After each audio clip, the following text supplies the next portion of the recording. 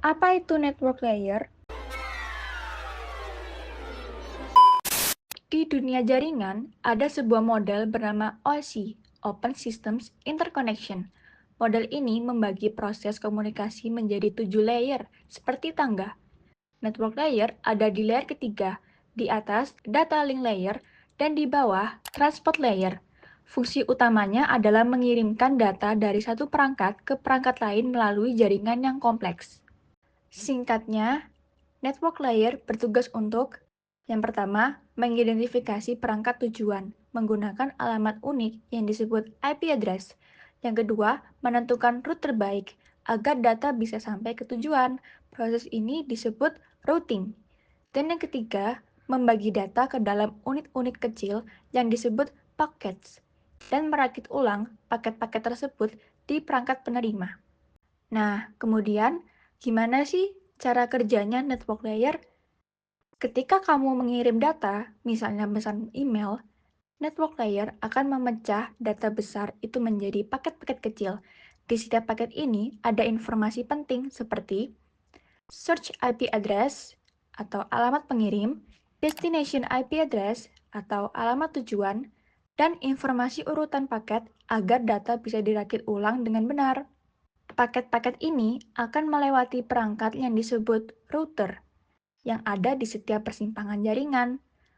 Router inilah yang bekerja sama dengan network layer untuk mencari jalur terbaik berdasarkan kondisi jaringan saat itu.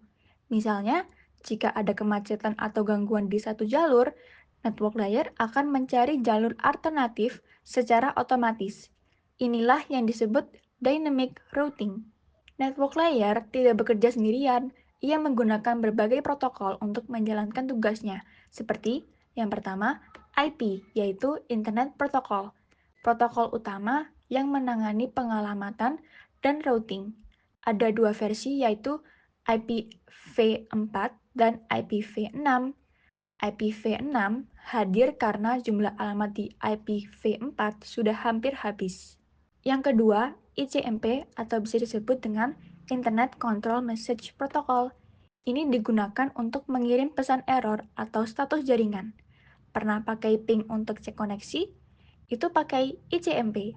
Yang ketiga, ada ARP atau bisa disebut dengan Address Resolution Protocol. Protokol ini menerjemahkan alamat IP menjadi alamat fisik atau bisa disebut dengan MAC address yang digunakan di data link layer. Tanpa ini, paket data nggak bisa sampai ke perangkat tujuan di jaringan lokal. Lalu kenapa sih network layer itu penting?